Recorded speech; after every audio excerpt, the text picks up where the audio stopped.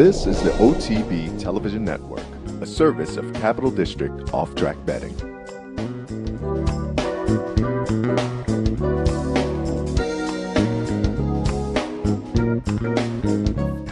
Now the odds of breeding a winner have never been greater. Bustin' Stones, a Grade 1 winning son of City Zip, is a lifetime 76% in winners. Runners 2016 was 71%. 2016 number one sire by percentage winners at over $57,000 in average earnings per runner. And here's your opportunity to breed to this graded stakes winner. Bustin' Stones, stabled at Waldorf Farm, consistently producing foals that win. Bustin' Stones at Waldorf Farm.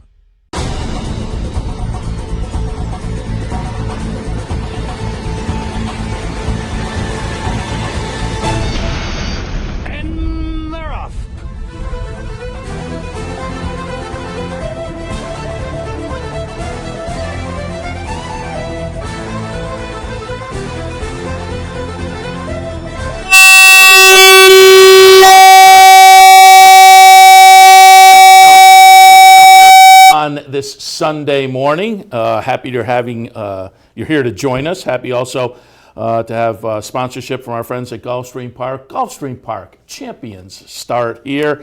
Also, thanks to the folks with Bustin' Stones. When you're serious about victory at the racetrack, Bustin' Stones. Take a look at Bustin' Stones as a sire, doing great again this year as well.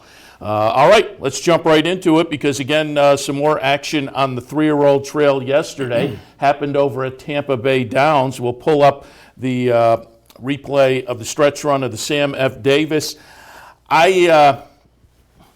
I thought fact-finding, I talked with Andrew Dembski on Friday. I thought the two Pletchers were interesting, fact-finding and Tapwrit. He thought between the two, Tapwrit was maybe more interesting. And I said, you know what? I couldn't decide. So I had pulled up a replay of fact-finding, but I said I could go with either of them. Well, at the prices, fact-finding at 5-2, Tapwrit at 9-1. Tapwrit did become a little more interesting. And I think the top three in here all come out of it with some credentials, particularly McCracken, who came in with credentials. McCracken, the number 8 horse, the 3-2 favorite. I thought this was a nice win by him. But Tapwrit, the Pletcher horse, the 7, gets up for second. The State of Honor at 11-1 ran well. Fact-finding, unfortunately, winds up a disappointing 5th in the field of 9. But, again, I thought the top 3 were pretty good, particularly McCracken.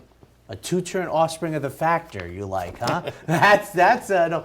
I will say this. And I was extremely impressed with McCracken. I will say, I call this the bet twice angle. If you remember, bet twice came out for his 4-year-old debut, was very sharp in the debut, lost in a big upset to the Ben Ally, and then was brilliant in the Pimlico Special redo.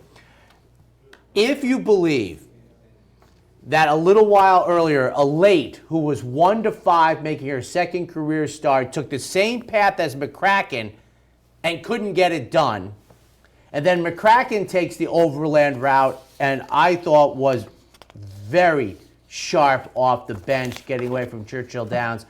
I could see a regression, Seth. I don't know what the buyer's speed figure is coming out of the Sam Davis, but it's hard for me to imagine that Ian Wilkes could have wanted anything more.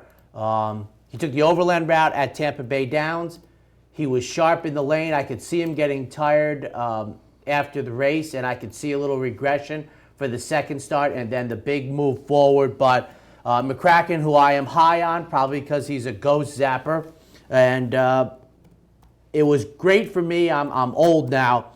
But I'm not usually interested in pregame or postgame. But Seth, I have to tell you, it was wonderful to see Janice Whittam in the winner's circle, who is of Bayakoa and other fame. She stayed in the game a long time, and there she was, shortish woman, standing right next to McCracken. I don't believe she's had a 3-year-old, especially colt, this good, this early. I liked McCracken yesterday. He was 3-2 coming out. I love the way the race came. Seth, I would say it would be just the opposite of how you would feel with Classic Empire. Now, the word came out that there was a issue with him, the foot, etc. But Ian Wilkes, who's a calm guy from the Carl Navsker barn, I have to think he's over the moon, happy. Yeah, you would have to think. I mean, the 3 wins to start the career, all at Churchill Downs, including 2 stakes. So he's already proven over that track, and now gets away from Churchill Downs and wins. The credentials now blossom, and it's going to be interesting to see when some of the polls come out this week where he moves on the various polls, the NTRA poll on Monday. Now, which one are you in? Do you still have? No, I used to do the ESPN, but they dissolved that. The ESPN doesn't really do any horse racing coverage anymore on the website or television. Because I have to tell you that, did I see someplace where Irish War Cry leapt right to the top? I'm thinking he was on the NTRA. Yeah, he was the top of the NTRA poll. I'm nervous that I'm not usually, this is the first time I've ever been required to have like a Kentucky Derby pool. This is that the 2 horses I like are like 1 and 2 now. And we'll do our polls in just a minute. Yeah, but I'm So you liked it. You liked the I race. did. You liked Tapwrit coming out of it. Fact finding, we'll go back to sprinting, we'll say. 1-turn races for the Factor, the offspring of the Yeah, Factor. but Tapwrit looked good. Like I say, Sure. I was having trouble deciding because Pletcher, he'll surprise in these early season Derby Trail kind of races at maybe a little bit of a price, and at the price, Tapwrit became maybe a little bit more attractive. I will say, the Remsen, again, proving maybe you can't believe that one, no dosing. It winds never up 6th. matters. Which does not flatter Motown, obviously. No dosing had run second to Motown. As much as you were so right with the counterintuitiveness of turf marathons and speed, it is also counterintuitive that the Remsen should matter. And you would think it's right on the calendar, late you in would the year. think. All those guys and gals who like slow, methodical, don't want to rush into the Breeders' Cup Juvenile. The Remsen never materializes since Java Gold in 1986, and he didn't matter in the Triple Crown, but McCracken did. Tapwrit chased to the 1.2 million, but I don't know if we have time to get to it, but I think a Tapwrit, right? A Tapwrit beat a late, right? I'm missing it, but yeah, Tappa. This Tapwrit is scary good as a stallion, scary good. I know Marcus Hirsch had the line about Uncle Mo and Tapwrit, but I got to say one thing, Seth. They seem to be distinctively different stallions. I mean, these Tapwrits are unbelievable, and I thought McCracken was everything you could want. We'll see going forward where his next spot is, but as I said, that was a big effort, and I like 3-year-old Seth that can go get the leaders. Yeah. I like that you have enough. You're not a grinder. You can go get him because he went and got him on the turn, which shows athleticism. So I was very you knew happy. when he started to make that move, oh, he's going to be a player. Yes. I also wanted to toss in Isabella Sings. Got it done. Does what she couldn't do last year in the Hillsborough because no Teppin in here. She opened up. I was talking to Andrew Dembski. The chart margin in that Hillsborough from last year was 18, and Andrew made the great point. Between calls, she was probably ahead by like 20 and still got run down by Teppin. But yesterday in the Endeavor, no Teppin in there, Isabella Sings. And Teppin was scheduled to run but came up a little colicky, which subsequently it turned out to be minor, and they're back on track now but didn't make the Endeavor. All right, we will show our top 5 Derby lists in here. I sent mine in Friday, I think, my updated list. And What are you playing, the journalism game? I didn't change. You didn't? Okay. Because I had McCracken on the list, and I did not but change. not first. Not first, and but I didn't move up. I didn't move down as far. Gunnevera as is number 1. I went. I'm rolling the dice a little bit. I'm Gunnevera, Irish War Cry, Classic Empire, McCracken, and Mastery. Jeremy Plank made a good point about Mastery. Mastery usually, if it was a real Baffert schedule, he would have been in a week ago, and he didn't show up. And so maybe there's a little question mark about Mastery, but I still have him number 5. But I liked the performance by Gunnevera last week. I liked him in the Delta Mile. I liked him last week. I moved up Irish War Cry. Classic Empire, I think, now has the legitimate excuse. They talked about the abscess in the foot that popped this past week. I think that explains what happened in the seasonal debut, so I think he's still absolutely legitimate. What we saw from McCracken yesterday validated him, and maybe I have him too low given what we saw yesterday. I just thought the 3 I had on top still were intriguing to me. What's your 5 look like at this point? Well, it's going to be a little different. I mean, I kept McCracken on top. I waited till, I figured the race. All I could want, and I didn't get 15-1 on Irish War Cry. I might never get it. And then the bottom three, I kept the same. Looking at Lee, who I'm waiting, Gormley, and then Mastery. But for me, I know I'm not a negative person, but I don't like my horses to be in absolutely the position I want them to be in May on February 11th. That's I'm not a it's. McCracken gave me everything I want. I'm set up for the slight regression and then the move forward. Well, then I got the Gunnevera race that you want from your horses. Yeah, you ran a good second. He could, but the problem is you ran second to the horse that I think has a tremendous upside. I just want to see him. He is very lightly raced. And it was funny. I didn't even think about it, but I pulled up when I was talking. If McCracken wasn't as good yesterday as he was, I was going to put Irish War Cry. I was, as I was preparing for this, I pulled up the PPs of the 2-year-olds using the 2-year-old Eclipse PPs that were sent out. Okay. And I didn't even realize it, which it makes complete sense. But Irish War Cry wasn't on that list because at that point he hadn't done anything. He's still very, very lightly raced. It's not irrelevant, but it's like his dad, who I think debuted on February 1st, Curlin. Yeah, his 3-year-old season. Yeah. I've always said his third in the Derby was a tremendous job. Tremendous. That's why I loved him against Street Sense, who I liked in the Derby coming back in the Preakness. I thought it was one of the best. He had done more running third in that spot. So we'll see. But I think McCracken and Irish War Cry are pretty good. I think for me right now, and it doesn't matter quite yet, they've distanced themselves. They've separated themselves from the rest. We'll see the rest catch up. But I thought McCracken was brilliant, and I thought Irish War Cry was much better than his competition. And looking at Lee, as I said, that is about running against the grain of the track in the Breeders' Cup for me. And then Gormley and Mastery moving on. All right, let's take a break. When we come back, we'll talk a little bit about a big event coming up in Saratoga Springs this upcoming racing season this August. Stay tuned. All that Jerry Hollendorfer a little later. A big show planned for this week's edition of And They're Off. Stay with us.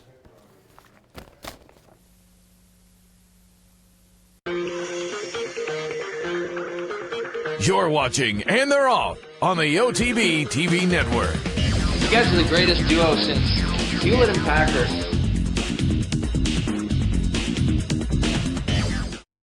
Want more rewards? How about this? During the month of February, all Capital Bets account holders earn an additional 2% cash back on combined wagers of $250 or more when wagering on Aqueduct or Gulfstream Park. Not a Capital Bets account holder? Now's your chance to join and earn an additional 2% cash back on combined exotic wagers. Plus, when you join, wager $50 and Capital OTB will deposit $50 in your account. That's $50 free. No points, no gift cards, actual cash from Capital OTB.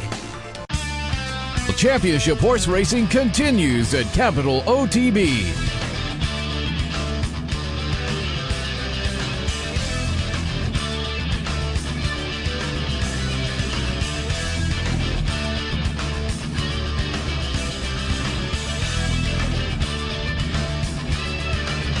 There's no better place to watch, wager, and win than OTB TV and CapitalOTBBet.com. Not at the track and not near a computer? No problem. Wager with Capital OTB's Touch-Tone wagering system and you'll never get shut out again. Capital OTB's Touch-Tone wagering system is quick, simple to use, and guarantees your wagers are accurate and placed on time. For more information, visit CapitalOTB.com or call Capital OTB's customer service hotline at 800-292-BETS. Capital OTB's Touch-Tone wagering system. Never get shut out again. Hey race fans, head down to the all-new Clubhouse Racebook and get in the game. With live horse racing on more than 250 flat-screen TVs, state-of-the-art wagering terminals, fantastic food and drinks, an amazing Vegas-style atmosphere with seating for nearly 900 of your closest friends. Conveniently located at 711 Central Avenue, right off Exit 5 of I-90 in Albany, the Clubhouse Racebook is the better choice.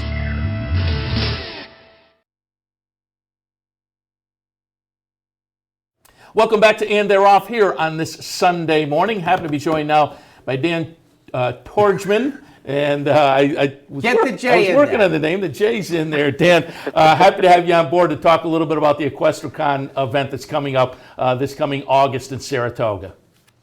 Seth, Anthony, great to be on with you guys as well. We're really excited, and we've got big things in store. Dan, hold on a second. Dan, you should worry because Seth went to Syracuse's communication school, so don't let that get in the way. I'm just a business major from USC, but he's got the communication skills out It's there. going to be smooth from here on in. I'm a Cuse guy too, so I. Oh, are you really? Jesus. Oh, there we go. Yeah. It was a little disappointing yesterday, but I think they have righted the train. Yeah.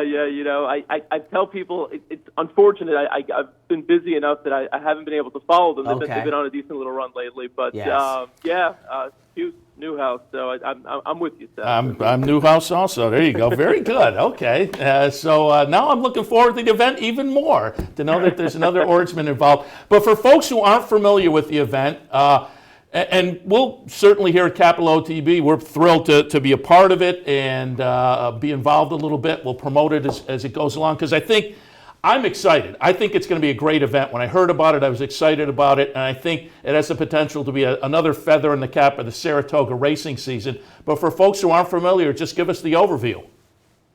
Yeah, so I think we feel pretty confident that we've chosen the absolute, sort of best location for it for an initial event like this, which EquestriCon, sort of in its simplest terms, is the first ever international horse racing convention, fan festival, and trade show. And so, the operative word there being fan, everything is geared toward the fan and the fan at every level.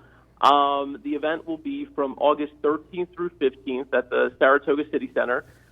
We do have some events planned off-site, including some tours of the Hall of Fame, the Basic Tips and Sales Ground, two of our other partners, and also we're looking to do other events that we haven't announced yet, but really just really sort of unique, sort of different type events that give people an opportunity to dig into, whether it's the ownership side of racing, the handicapping side of racing, whatever it might be.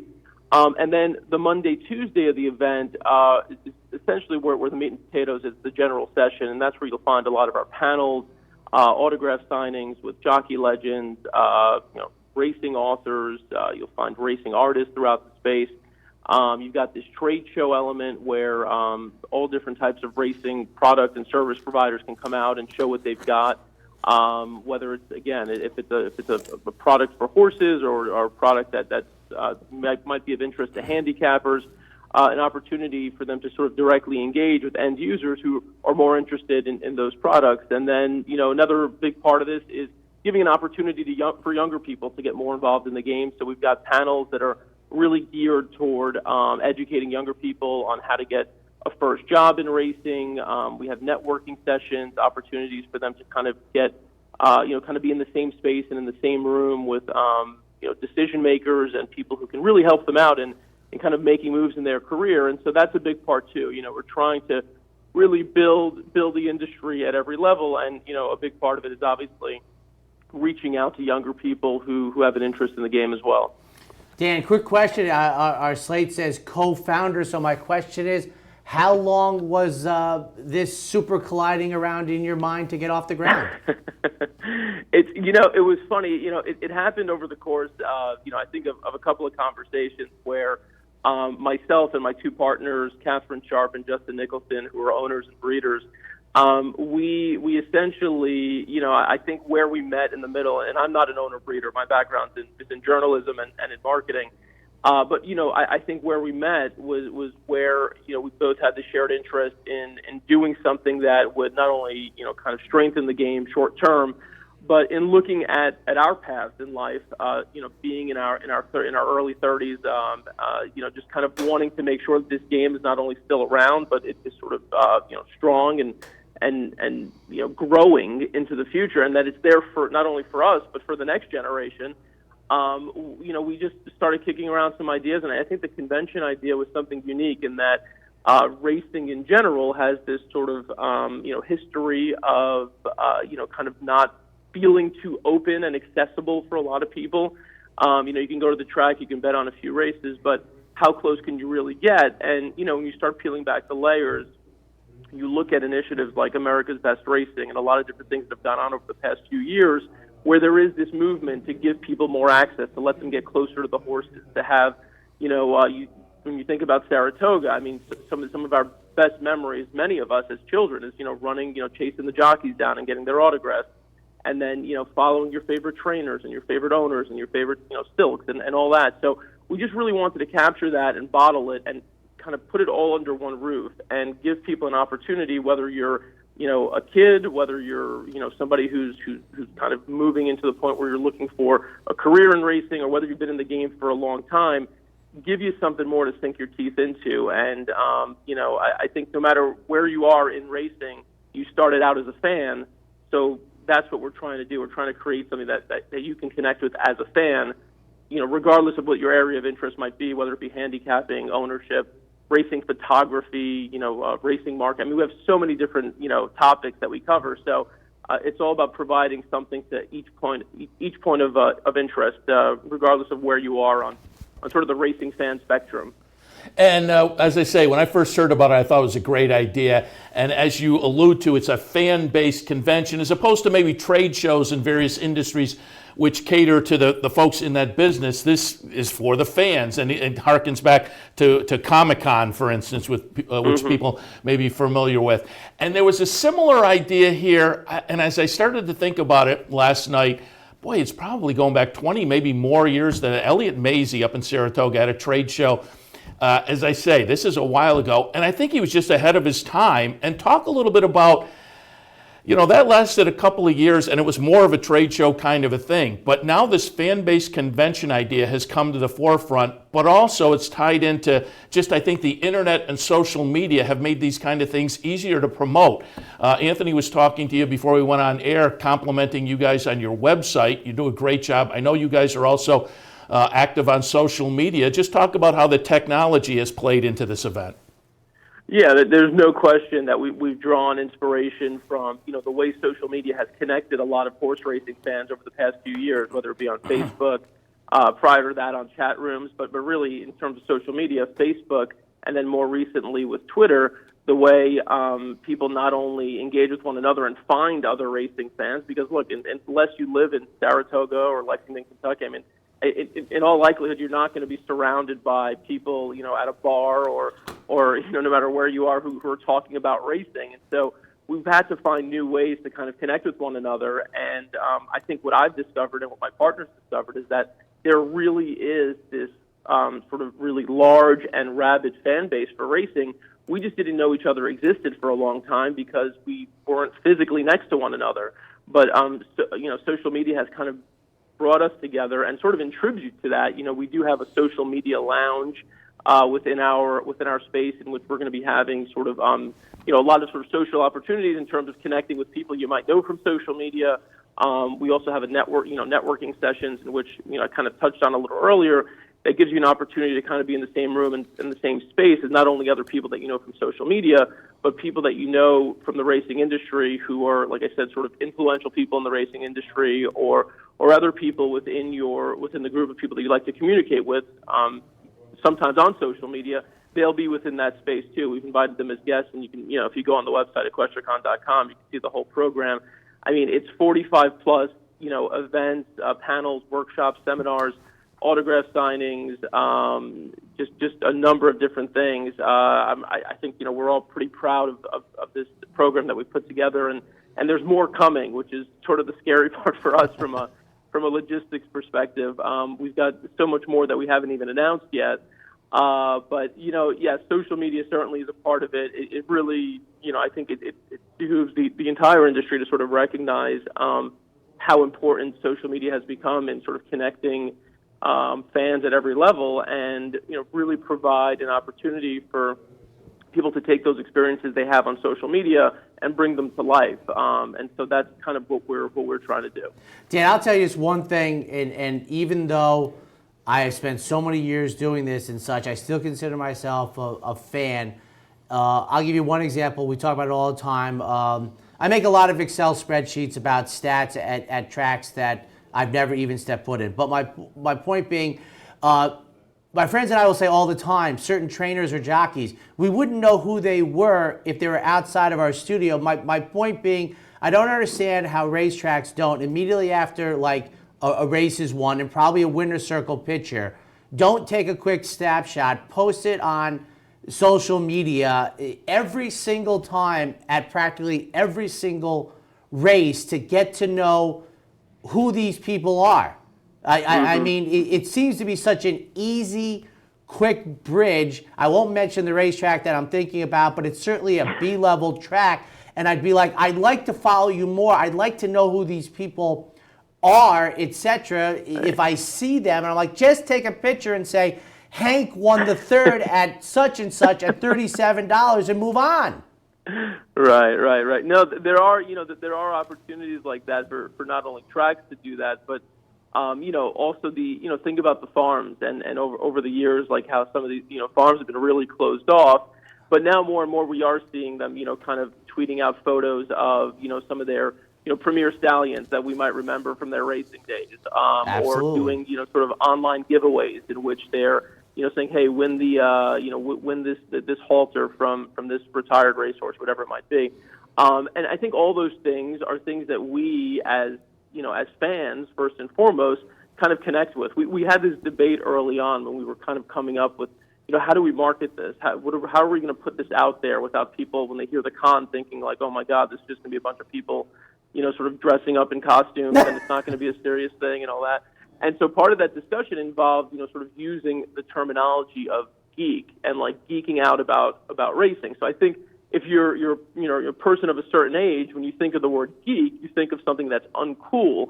But in reality, there's really been this movement, I think social media has allowed for it, to embrace being a geek. And being a geek is no longer a bad word. It's, if you're geeking out about something, it's okay. You find other geeks who are, who are unashamed about their love for something. And, it goes back to, it could be something as simple as, I want to know what that jockey looks like because I want to connect with him more. But it could be something as, as a collector. I talk about that memory of being a kid and chasing jockeys down for autographs.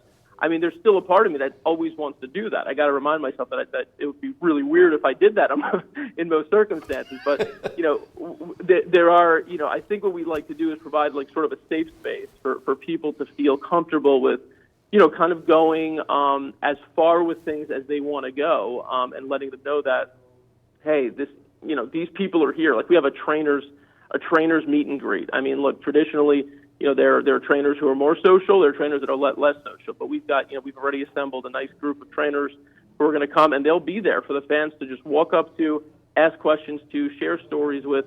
It's that kind of stuff. We want to build those relationships. We want to give them an opportunity to connect with the sport, geek out about it if you have to. It may seem uncool to tell your friends, hey, I'm going to meet this I'm going to this event and I'm going to go see a trainer and they may have no idea what you're talking about if they're not a racing person, but it's fine. You're coming to a space where you're with all racing people and we all understand. So just, let yourself go and come out and have a good time. And our slogan that we ended up with was celebrate racing. And that's really what this is. This is a celebration of the sport. We do have some serious, some very serious sort of topic matter that we cover. In fact, one of our handicapping and betting panels is presented by Hannah. And so, we'll dig into some deeper issues there about, sort of the issues that face horse players and bettors because, it isn't always rosy, but it's okay. This is a space where we can have a serious conversation and we can also have a lot of fun with racing. And Dan, I'm excited to be on one of the panels. I'm really looking forward to it. As I said, I think it's going to be a great event, and we'll continue to promote it and have you guys on to talk a little bit about it as we get closer and closer. But in the meantime, you guys, the event itself has a Twitter feed that folks can follow, and if folks go to the website, they can get on your mailing list too, correct? Yeah, it's real simple. So on Twitter, we're at EQ Convention. So at EQ Convention. The website is equestricon.com. So that's, of course, taking the first part of equestrian and linking con to it, equestricon.com. And then if you either go on the website, you could register on the homepage, or you can also text EQCon to 66866, and you'll easily be able to sign up there over text message. takes just a few seconds. And also just want to give a real shout out to everybody in Saratoga who has been just super supportive, from the mayor who was there from day one when we made the announcement, to local businesses, the Hall of Fame, Pacing-Tipton. I mean, everyone has just been super supportive and has just shared a level of enthusiasm that's kind of making us even more excited about this. So we're real excited, and we couldn't be more happy about EquestriaCon coming to Saratoga. We're excited too, Dan. We appreciate the visit this morning. And one more note, Dan. You're too young to remember this, but August 13th will be the 30th anniversary of Winning Colors' debut, beating Epitome, going 7/8 at Saratoga with Randy Romero on board. August 13th, 1987. I had far fewer gray hairs that day. Well, I was 5. As I said, far too young. Dan, we appreciate the visit. Again, we'll talk again. All right, thanks a lot, guys. Dan Torgman from EquestriaCon. It'll be a great event coming up, and as I say, we'll talk more about it. Great timing. Just got about a minute left. Why don't we just hit play of the day, because I wanted to salute you. Drew the first blood on the race of the week last week. It was the Gulfstream Park 12th.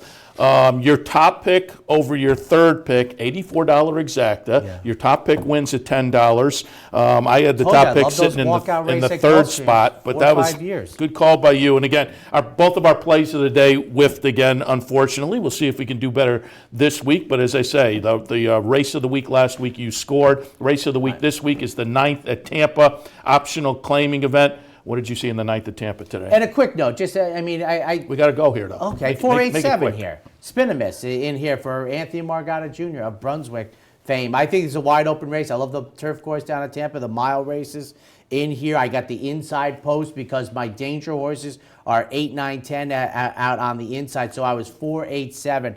Another good racing card at Tampa today, following up their big Saturday stakes. Tampa and Oaklawn. I'm glad you threw in the 10 as one of your concern, because I put the 10 on top. Outside, it's a problem. I said 10, 7, 4, and 6. The 1 concerns me a little bit as well, but I had 10, that same problem 7, 2 weeks ago. 4, you took the Tampa race, you took the outside, you got with? Play of the day, your play of the day? Oh, the third race at Tampa. These are 3-year-olds taking on elders. 4 of them are 3-year-olds. 3 of them are older horses in here, and I like one of the older horses in here who's going to be a price. I draw well. This is one of the rare mile and 40 jurisdictions in America. On the dirt, I'm 2 over the 5, 6, 7 with all. That's 12 different combos, but I'm looking for an $18 winner coming out of Hawthorne, who might have been the track I was alluding to earlier with Dan. Might have been. The 8th at Oaklawn is my play of the day. It's an optional claimer. They're going a mile. I'm going to do an exacta box 4, 8, and 9. That's the way I like them. Toss the 7 in if there's a scratch. But these I've got 5-2, 7-2, 5-1. The 5-1 makes dipping 3 deep enough. So take a look at the odds, though. If things float down a little bit, you may have to go one way as opposed to the other. But in that 8th at Oaklawn, I'll do an exacta box 4, 8, and 9. Toss in the 7 if we there's a are scratch. Old school. We both go vertical in a world of horizontals. All right, we'll take a break. When we come back, Jerry Hollendorfer from Southern California. Stay with us.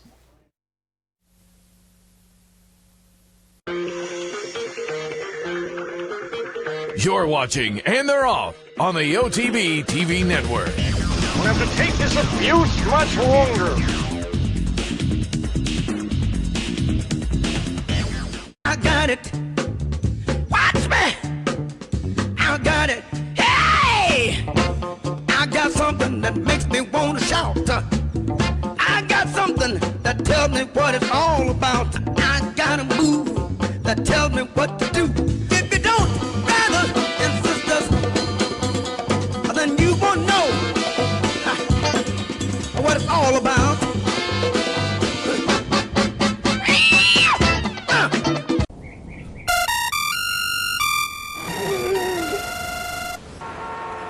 Come on.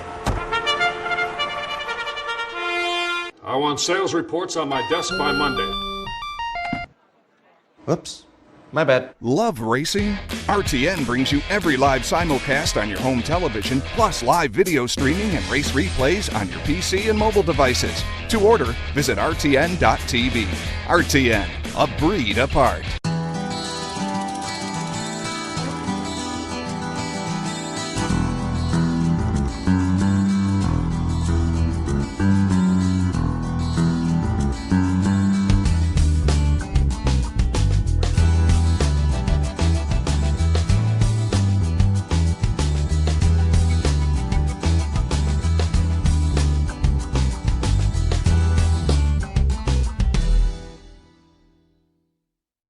In a recent study of some of the top online wagering sites, Capital OTB won big in total player rewards, far surpassing some of the best-known wagering sites in America. While other rewards programs simply offer you points redeemable for gift cards, Capital OTB's rebates are paid to you in actual cash. Plus, Capital OTB gives you full and immediate access to your money. So if all you're getting now are points and gift cards, join Capital OTB Player Rewards today and get cash back. Visit CapitalOTBBet.com and sign up today.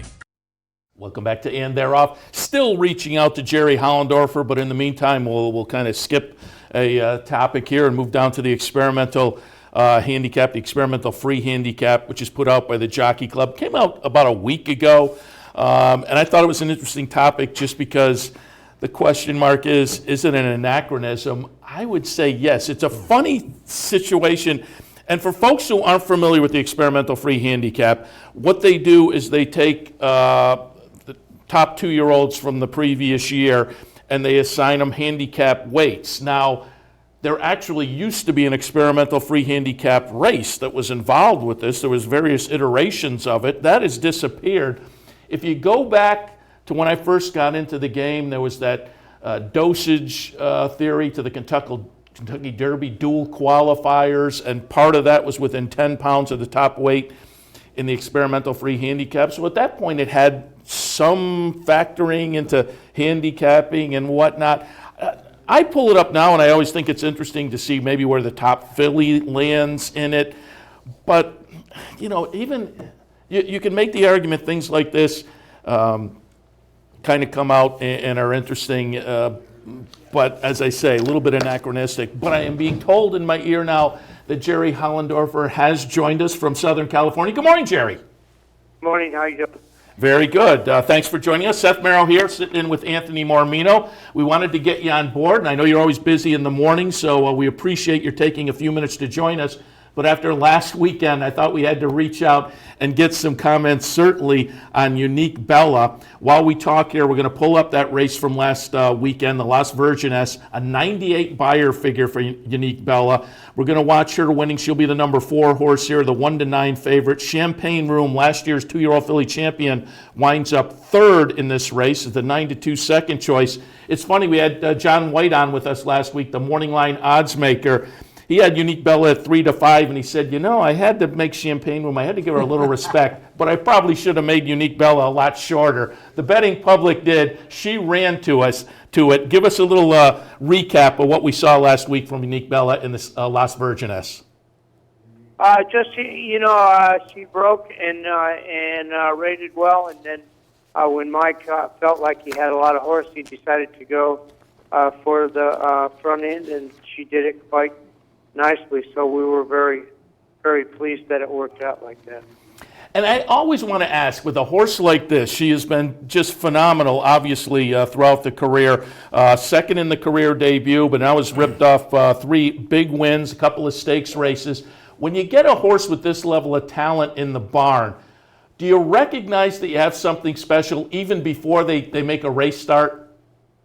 Well, she was, they gave some money for her, so she was highly regarded, and her mare was a champion mare. So, I mean, she was highly regarded when she came to us, and she's by Tapit, so she gets an extra look anyway, just by that fact. So she was highly regarded when she was headed our way.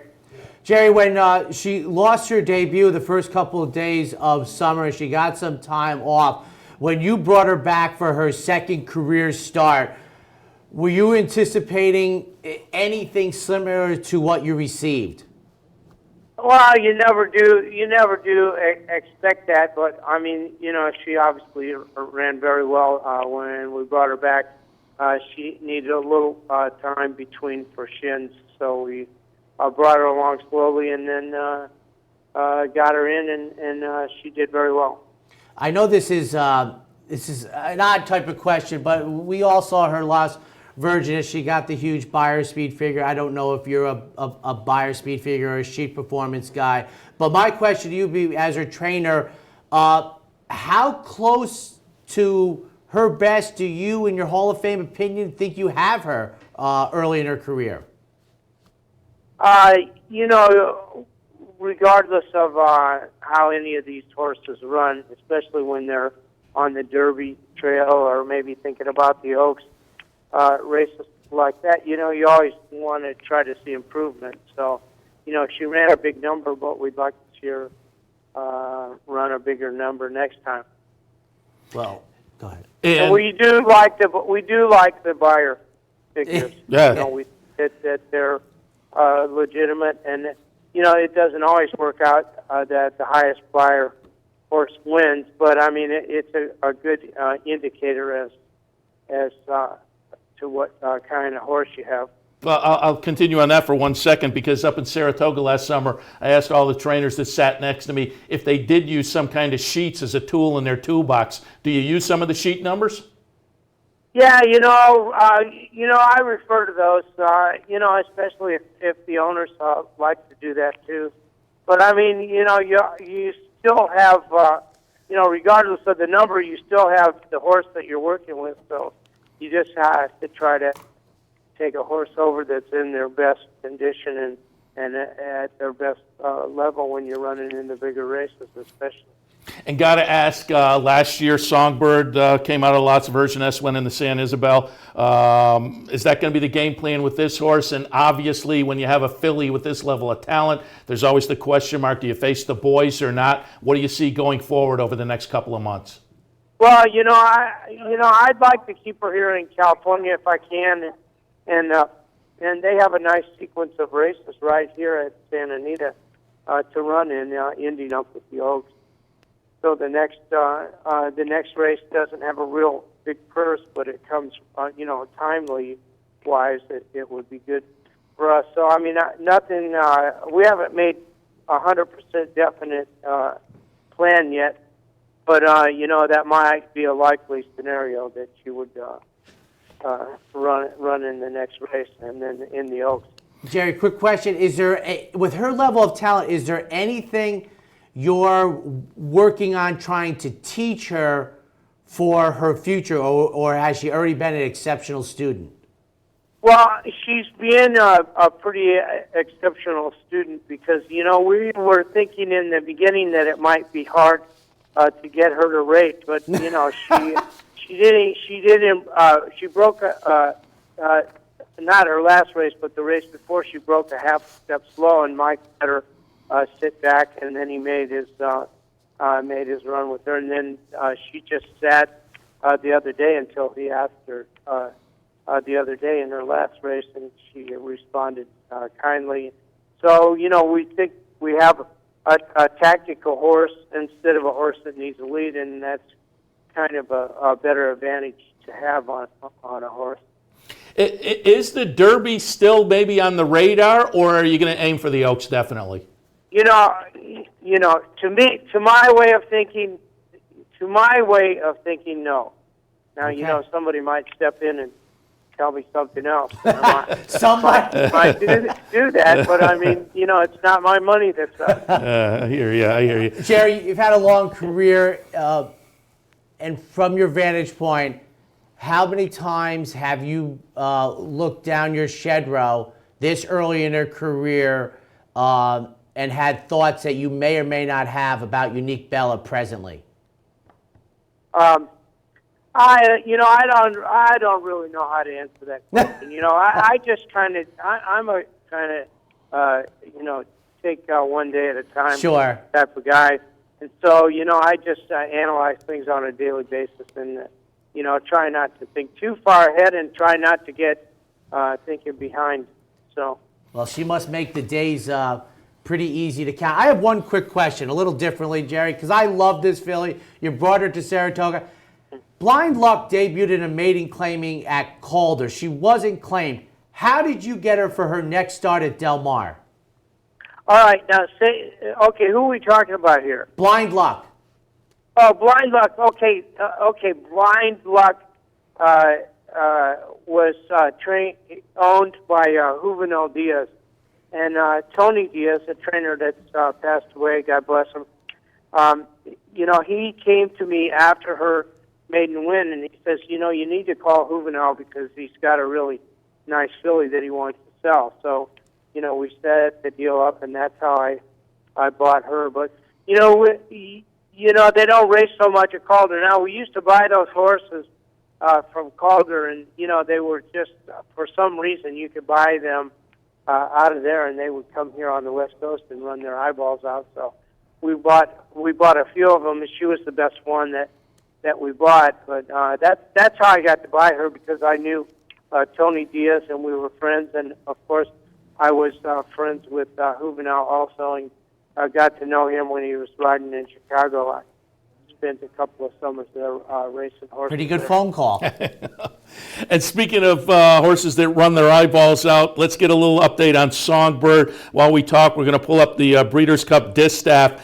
It was a tough defeat, but as racing fans, one of the best races of the year. She lost nothing in defeat here. Congratulations to you and your team on the unanimous selection for the Eclipse Award of the 3-year-old filly. Give us a little update on Songbird. What's planned for this season? And also, if I'm not mistaken, she was entered when the Dubai World Cup entries came out the other day. Was that just one of those of, we'll put the name in just as a place saver, or is there a thought of maybe going over? How that happened was they called me and they said, could we put Songbird in? And so I said, sure. So I just told them, sure, why not? Okay. So then Songbird is here and training, and we're taking our time with her, and she's jogging 2 miles a day and doing real well and feeling good, looking good. She was at Windstar Farm, and they did a great job with her, and didn't bring it. When we brought her in, she wasn't too light, and she wasn't too heavy, so it was a good job by them. So I'm very pleased, and we have a little training plan with her, and not no races picked out, written in stone. But I like to, Mr. Porter has some races that he would like to run in, and I'll do my best to try to get her in some of those races. But we're just going to take our time, and when we do start bearing down on her a little bit, I think she'll come around pretty fast. We're not going to rush her. We're in Albany, New York. We're just down the street from Saratoga. We were thrilled to see her twice up at Saratoga last year. Does Mr. Porter maybe have a game plan for her up here this summer, or is that one? Well, he'd like to run up there again this summer. I know that, and so depending on when she gets ready and when we get her started back, and then the sequence of races that will fold out after that, I don't know. But if one of them is in the path of Saratoga, then we would take that path. And we got the 2 nice races that you know about for Unique Bella, so we'd like to see her too. Before we let you go, Jerry, just a couple of quick comments on some other horses. Yesterday up in Golden Gate, California Oaks, Tapped ran second. Give us a little update on that one. That was only the 5th career start. She looks like a nice 3-year-old filly herself. She is, and she was back off the pace, and the kid on the front end kind of did a good job of slowing it down. So when O'Neill's horse was asked to go, she went, and we couldn't quite catch her. So nice, very nice filly Tapped, and I think you'll hear some more from her. And speaking of Fox Hill Farms, this afternoon out in Santa Anita, San Vicente, Grade 2 event. You have the favorite, the morning line favorite, Battle of Midway, 7-5. Iliad from Doug O'Neill is 9-5. Bob Baffert has Aquamarine. What are you expecting from Battle of Midway this afternoon? Well, we hope that he repeats his performance when he broke his maiden. He was quite impressive, but that's a good field. It's not a big field, but it's a good one, and you always got to beat Bob. So,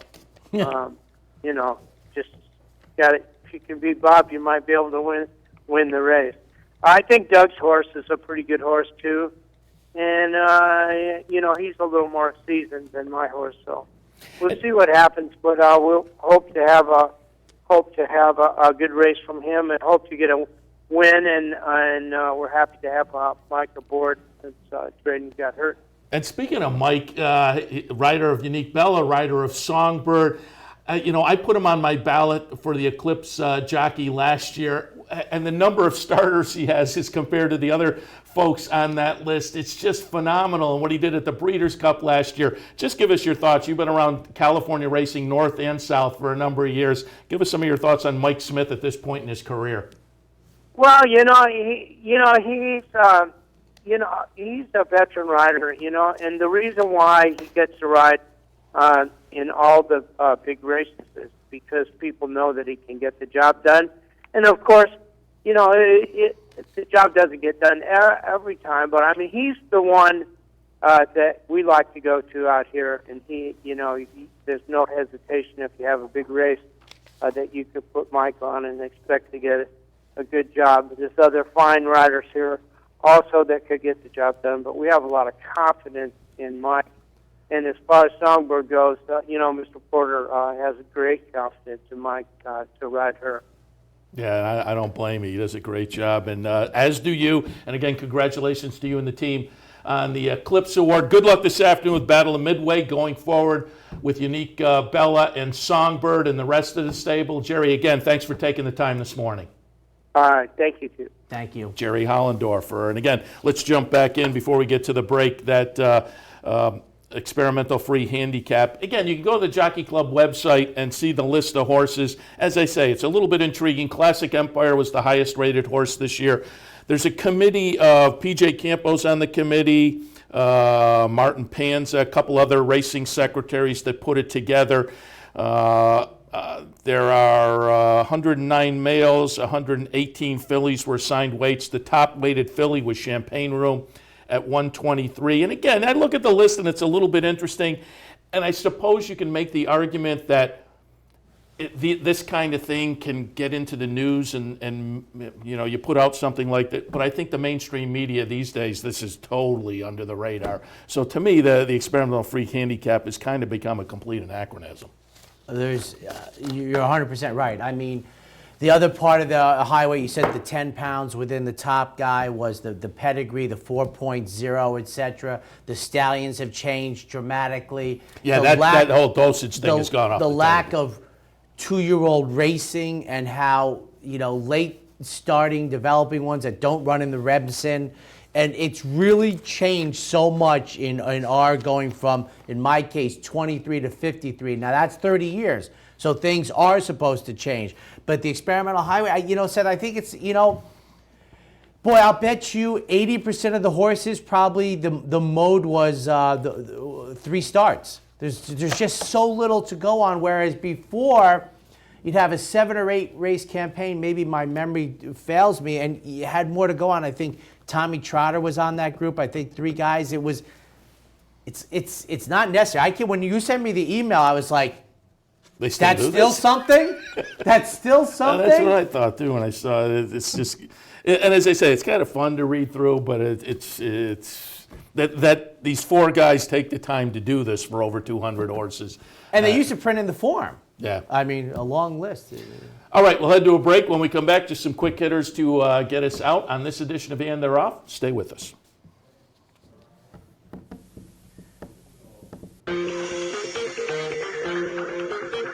You're watching And They're Off on the OTB TV network.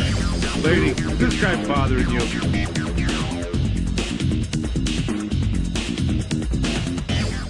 Face it. Most horse racing websites are just too much clutter, too much to navigate through. Next time, log on to CapitalOTB.com. Our newly designed website is easier than ever to use, with all the information the professional horse player needs. CapitalOTB.com. Championship horse racing continues at Capital OTB.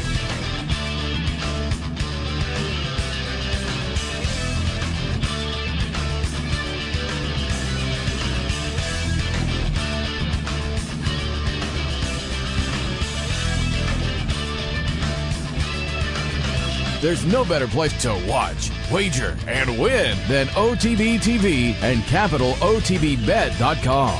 What's this one? Oh yeah, the one. Hey, race fans! Yeah. Head down to the all-new Clubhouse Racebook and get in the game. Yeah. With The horse live didn't run horse the first racing part on of the more than race. 250 He didn't run the flat-screen last 2 TVs, steps, last step. state-of-the-art wagering terminals, fantastic food and drinks, an amazing Vegas-style atmosphere with seating for nearly 900 of your closest friends. Conveniently located at 711 Central Avenue, right off exit 5 of I-90 in Albany, the Clubhouse Racebook is the better choice. This is unbelievable! Zenyatta! What a performance! One we'll never forget. Looked impossible, but it is Zenyatta, still unbeaten under Mike Smith. Want more rewards? How about this? During the month of February, all Capital Bets account holders earn an additional 2% cash back on combined wagers of $250 or more when wagering on Aqueduct or Gulfstream Park. Capital Bets account holders already earn the best cash rewards in New York State, but now's your chance to get back even more. Every Wednesday and Thursday through the month of February, receive an additional 2% cash back on combined exotic wagers. No points, no gift cards, actual cash from Capital OTB. Now that's more rewards. Welcome back to And They're Off. We'll go over a little bit here because we have another topic to hit and then some of the quick hitters. But it was a topic you tossed out there. It's a pet peeve for everybody. If it happens in a race you're into, certainly. It should be suspended. There was one a couple of weeks ago that I hadn't bet into, and I wish I could have remembered it because I wanted to pull up, but I on a daily basis, I'm watching so many tracks I didn't remember where it was. But it's jockeys not riding out to the finish line. There was an obvious one within the last couple of weeks that stood out to me, but you pulled up one as well. You better be trying to run through the tape like my high school coach said. I wish I had the famous picture of Angel Cordero on Seattle Slew in the Marlboro Cup when he's 3 in front of Affirmed and you'd think he's in a dogfight at the finish line. You can't even see any space between him. It's awful. So the other day, I'm in my office working, and I watched the race go by, and I'm like, okay, I kind of went. I start making my immediate notations, and then, what is it, the Dan Silver? I called him Adam once, but Dan Silver. The Dan Silver photo finish camera thing, which I don't understand why they're not perpendicular to the line above. I think that would be good entertainment for the fans at every racetrack. You hear the oohs and the ahs, just like a football stadium when they show the replays and they want to challenge it. Get it perpendicular, get it high above, show them coming down.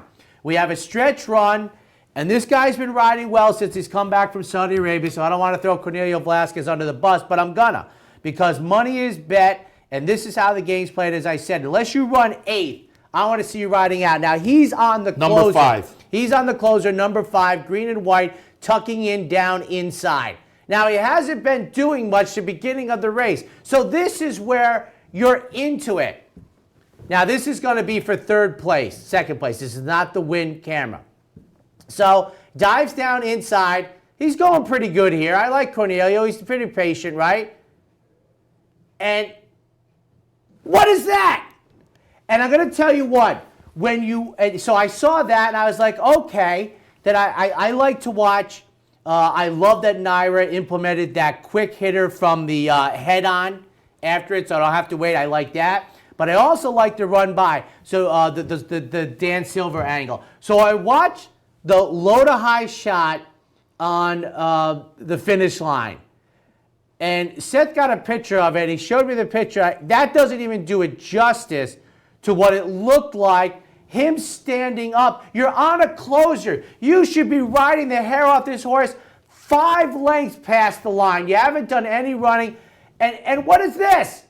Seth, he is clearly up out of his mount before the finish line. Well, he does. He's also holding the whip down and not doing a thing. Unbelievable. You better be Angel Cordero-esque and you ride and ride. Like I said, if you're 8th and the horse was on the front end and they're exhausted, that's fine. But heck, there's some jurisdictions we pay out to 5.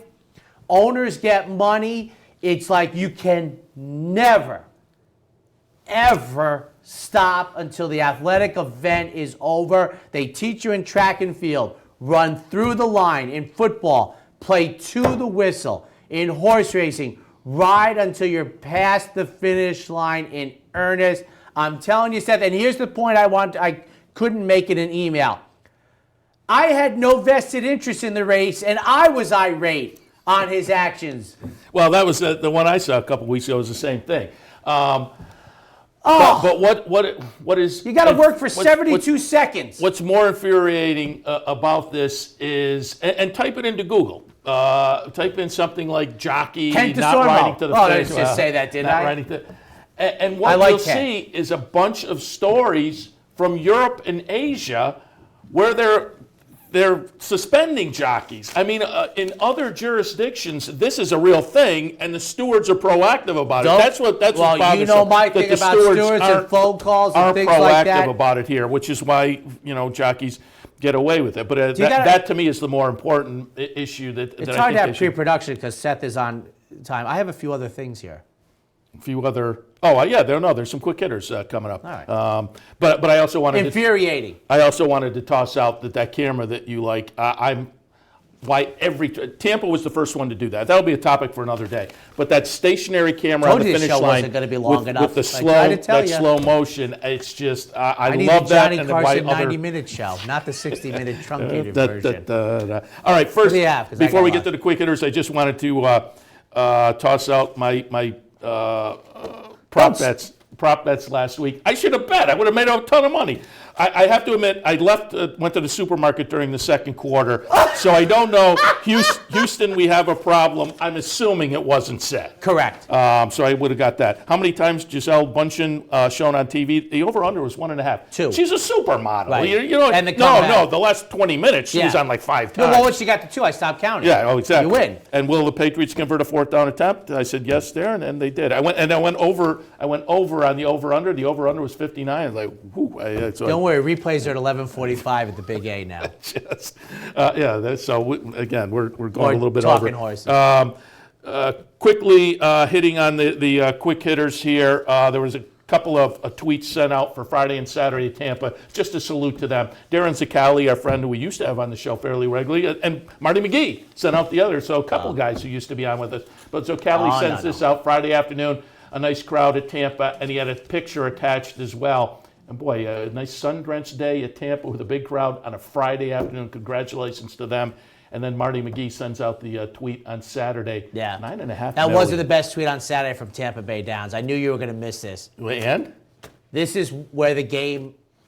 Dave Grenning, after the Suncoast Stakes, which is just as bad, says this. Mott said he didn't have Elate fully cranked. He was right. She was 1-7. Dave, you could have tweeted that out at about 20 minutes before the race. Unbelievable. That's why I don't like 1-5 shots. Yeah, how about that? Elate comes off of her debut. Ortiz is down at Tampa in the Claiborne Silks. She's 1-5. It'd be nice to know the trainer doesn't have her ready. And then the journalist who knows this has the quote, waits till the race is over. Another thing, in New York yesterday, it would have helped on the non-starter to show the head-on, not the pan shot. And yesterday, Tampa, in just one race, I couldn't take it.